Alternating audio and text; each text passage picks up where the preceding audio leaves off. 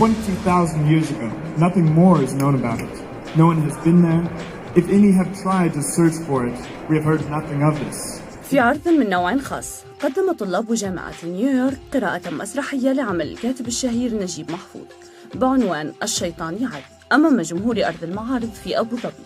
Nagib Mahfouz is a Nobel laureate, best known for his fiction, but he explored many of his new ideas by writing screenplays or writing plays. And this play, The Shaitan Preaches or The Genie Speaks, is a very good example of that, since he wrote a very good novel on a similar theme the same year. So you can see it gives us insight into the workings of the mind of perhaps the greatest 20th century Arabic writer. ويعد هذا العرض أول ترجمة لهذه المسرحية للغة الإنجليزية كأحد الأنشطة الثقافية والتدريبية التي تقوم بها الجامعة. الشيطان يعد مجموعة قصصية اختار منها الطلاب حكاية مدينة النحاس التي حملت رسالة سياسية وأخلاقية وفلسفية. This was an adaptation. We moved some scenes around to make it more dramatic. There's a long sequence between the queen, this young man who falls in love with her, and we moved that earlier in the play to make it more dramatic. And so the scene, the actor told me, if it was together, he was playing too many things at once.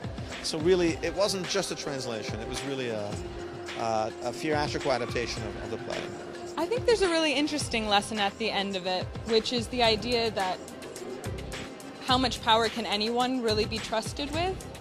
Because the people who came from 20,000 years in the future and came back, they're like, oh, this queen, she can't handle the power, but our caliph, he can handle it.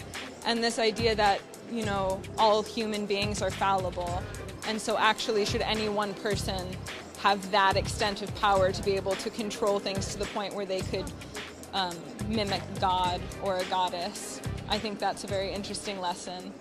ويعد أبرز الأدوار فيها هو الجني حبيس القمقم في حكايته مع ملكة المدينة والرجال الذين يعثرون عليه بعد آلاف السنين والذي لعبت دوره الطالبة إيميلي إيدن.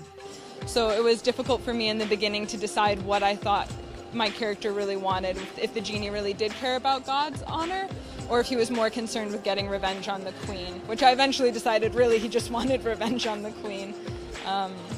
Also trying to get my voice big enough, because when I think of an ifrit, I think of a lot of power that's very controlled but very huge, and so trying to figure out how to convey that was difficult but a lot of fun. Do you know of the city of brass?